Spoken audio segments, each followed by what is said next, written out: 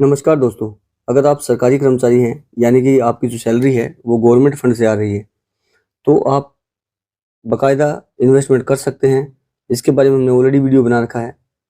और इन्वेस्टमेंट यानी कि आप कहाँ-कहाँ कर सकते हैं। आप एनपीएस, पीपीएफ या म्यूचुअल फंड में आराम से इन्वेस्टमेंट कर सकते हैं। गवर्नमेंट का कोई ऐसा रूल नहीं है जो सरकारी कर्मचारी को इन सब में इन्वेस्टमेंट करने से डिनाई करता हो या रोकता हो। और सबसे बेस्ट, अगर आप म्यूचुअल फंड इन्वेस्टमेंट जो है आपके लिए बेस्ट है।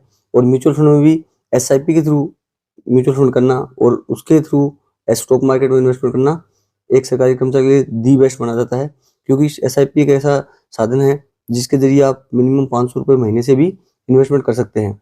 अगर आपको नहीं पता है कि म्यूचुअल फंड और एसआईपी क्या होता है, तो हमने ऑलरेडी वीडियो अपलोड कर रखे हैं, आप जाके चेक कर सकते हैं।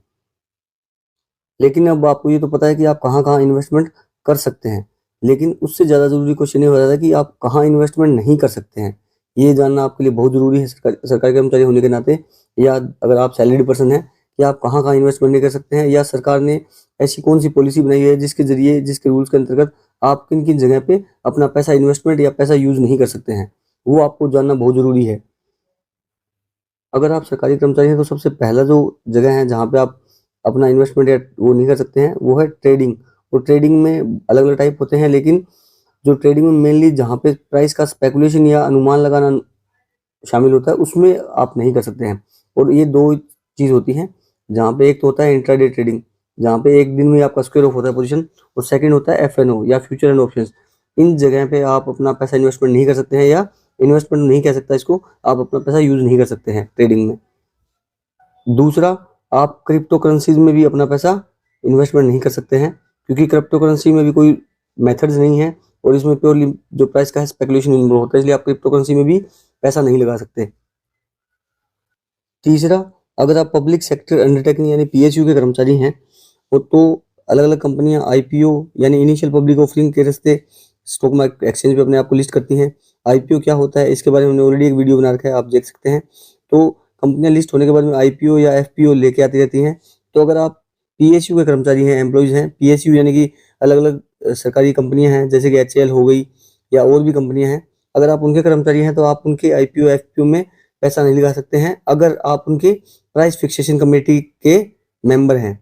यानी जब आईपीओ का और एफपीओ का जो प्राइस फिक्सेशन होता है, अगर आप कहीं डायरेक्टली उसके प्राइस फिक्सेशन में इन्वॉल्व हैं, तो आप उसमें पैसा नहीं लगा सकते हैं। चौथा, अगर आप किसी चीज़ के या किसी कंपनी के एम्प्लॉयी हैं और आपके पास उसके इनसाइडर इन्फॉर्मेशन है, यानी आप ऐसी की पोजीशन पे हैं उस कंपनी में, जहाँ पे आपके पास उस कंपनी की हर इनसाइडर इन्फॉर्मेशन अवेलेबल रहती है, तब भी आप उस कंपनी के अंदर पैसा नहीं लगा सकते हैं।